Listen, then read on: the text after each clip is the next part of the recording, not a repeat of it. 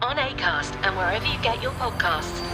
This is Rebalance with Kamal Santamaria.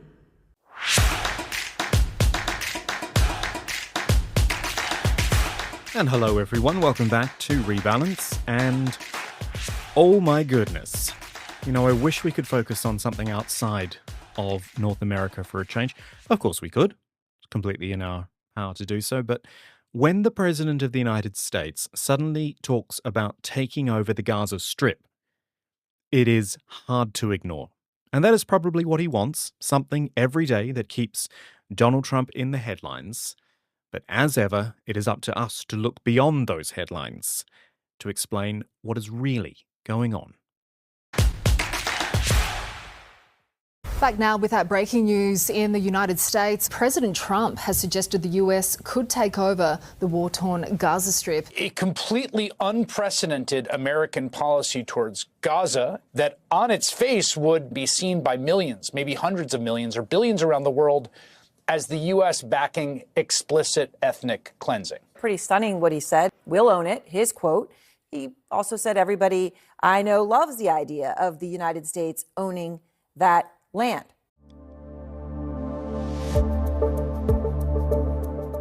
That's the short story. Trump has said he wants to take over the Gaza Strip and turn it into, his words, the Riviera of the Middle East.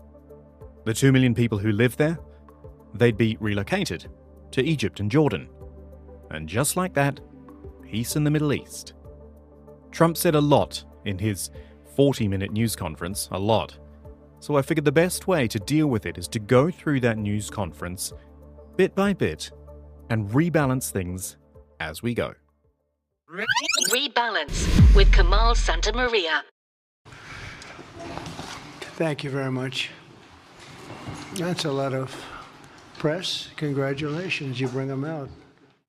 That's Donald Trump in the East Wing of the White House, beginning a news conference alongside Israel's Prime Minister, Benjamin Netanyahu. There were the usual pleasantries. These are the very closest of allies. But then talk moved to Gaza, where a ceasefire between Israel and Hamas is holding after 15 months of war.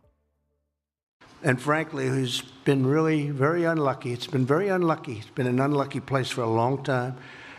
Being in its presence just has not been good, and it should not go through a process of rebuilding and occupation by the same people that have really stood there and fought for it and lived there and died there and lived a miserable existence there. Yeah, he's talking about Gaza. Unlucky old Gaza. Somehow always getting in the way of those Israeli airstrikes. I mean, how unlucky can one 41-kilometre strip of land be? And all those miserable people there living their miserable lives. There's no point in rebuilding the place for them when it'll all just happen all over again. For Trump to start his address on this sort of note shows how little he understands about any of it. Gaza's not an unlucky place. It's a place that's been fought over, occupied, locked down and bombed repeatedly. And it is also home to millions of people. They want to live there because it is their home. But this latest war has been especially brutal on them. The United Nations says 2/3 of all buildings there have either been damaged or destroyed. It's right now a demolition site. This is just a demolition site. Virtually every building is down. They're living under fallen concrete that's very dangerous and very precarious. Now, what you can't see is the reaction of Prime Minister Netanyahu as Trump describes this scenario. He's nodding along, as if he understands and appreciates the level of destruction that's been wrought. And he should, because he ordered it. Gaza is not destroyed because Hamas attacked Israel on October 7, killing and capturing its citizens, although that was, of course, the catalyst. It's destroyed because Netanyahu told his armed forces to destroy it. If people died, and over 46,000 Palestinians did, then so be it. That's what you get for being ruled by terrorists and letting them hide amongst the civilian population. And from Trump, absolutely no irony as he described this demolition site, in the fact it was the man next to him responsible for it using American-made weapons to do so. The only reason the Palestinians want to go back to Gaza is they have no alternative. Actually, it's not because they have no alternative. It's because it's their home. Maybe this isn't the perfect comparison, but why do people still live in the area known as Tornado Alley in the central United States, when natural disasters keep tearing up the place every year? They live there because it's their home. Maybe we'll break away from the news conference for a moment and hear what people in Gaza actually think. Leaving one's home strips away dignity and pride. I prefer the rubble to a palace, because it's my own home. No one orders me to leave. I don't pay rent or anything. I wish they would rebuild our homes as they were, and live in peace and security the way other countries are living. Do we not have the right to live like other people? We don't want anything else.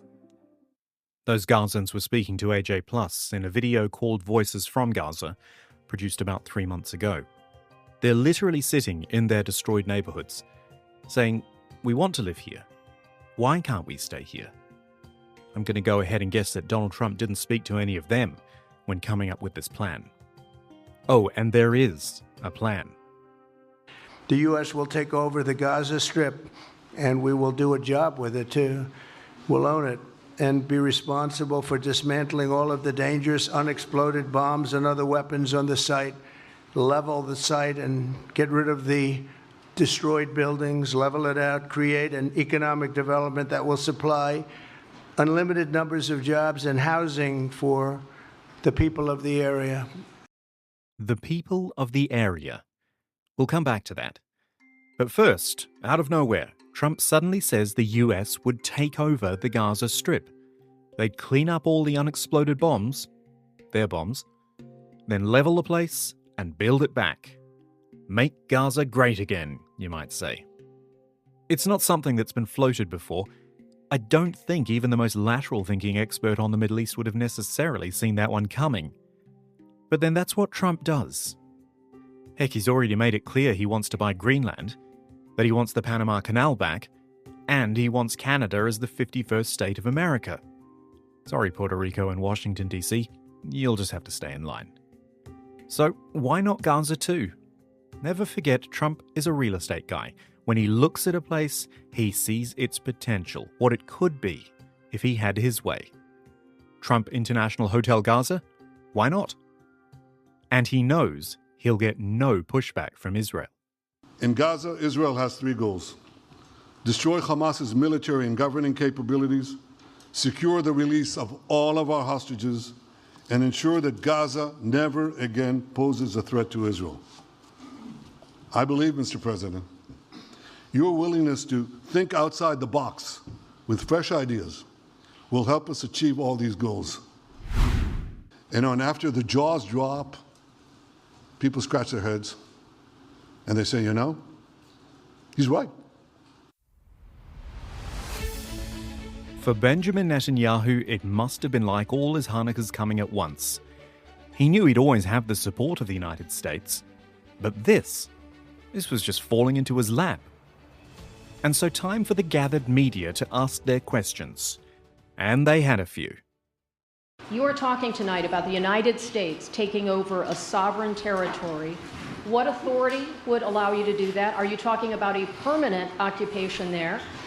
I do see a long-term ownership position, and I see it bringing great stability to that part of the Middle East and maybe the entire Middle East. So he's not hiding it. It would be, to all intents and purposes, a US occupation, even though he calls it ownership. But when has a US presence, and this would include a military presence too, when has that ever brought stability? Talk to the people of Iraq or Afghanistan. Ask them if they feel their countries were stabilized by decades of US occupation. Again, all these people who Trump's spoken to who think it's a great idea, you can bet none of them are actually from Gaza or even Palestinians themselves. Another question, please? Perhaps one about the Palestinians in Gaza?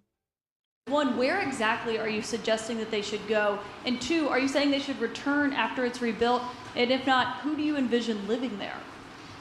I envision a world, people living there, the world's people.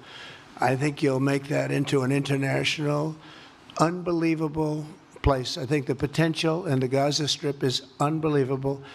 And I think the entire world, representatives from all over the world will be there, and they'll live there. Palestinians also. Palestinians will live there. Many people will live there.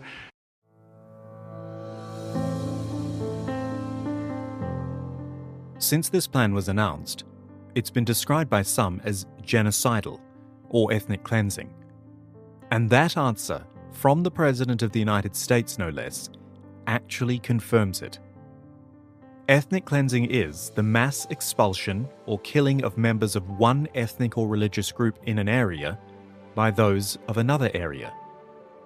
That's what happened in 1948, when the State of Israel was created.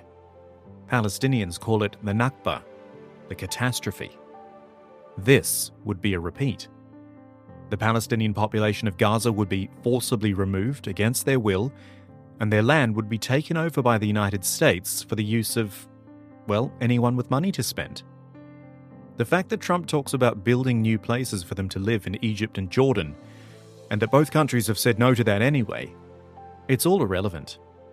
Because Trump has a vision, and he genuinely believes it's a win-win.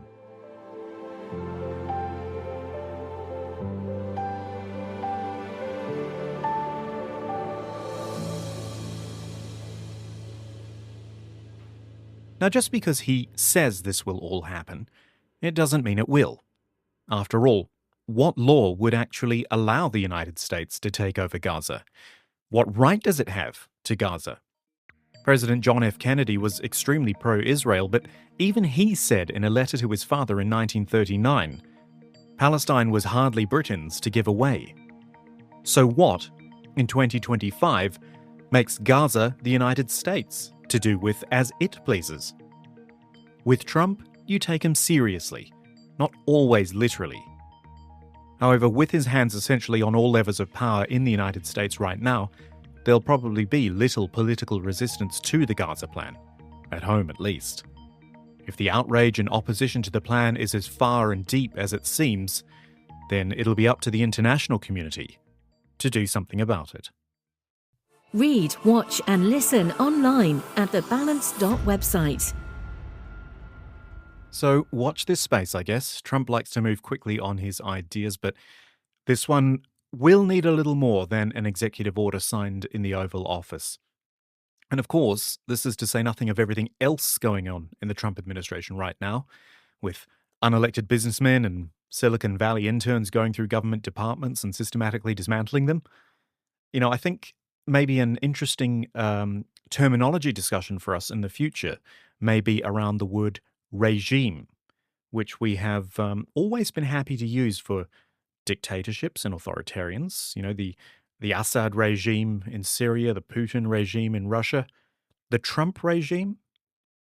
It fits, you might say, uncomfortably well. Anyway, thanks for listening to this edition of Rebalance. Thank you for the suggestions too, which have been sent in for future episodes. I was working on something to do with the Paris Climate Accord before Donald Trump decided to upend things, as he does. So I will return to that. Thanks to Steve in Melbourne for that suggestion. You can get in touch too at The Balance Feed on social media. You can email me directly if you like, Kamal at thebalance.website. I am always happy to hear from you. In the meantime, thanks for listening. Please like, subscribe and share. And we will be back again next week. Rebalance is a production of the Balance.website and is brought to you by Acast. For more, visit shows.acast.com/rebalance.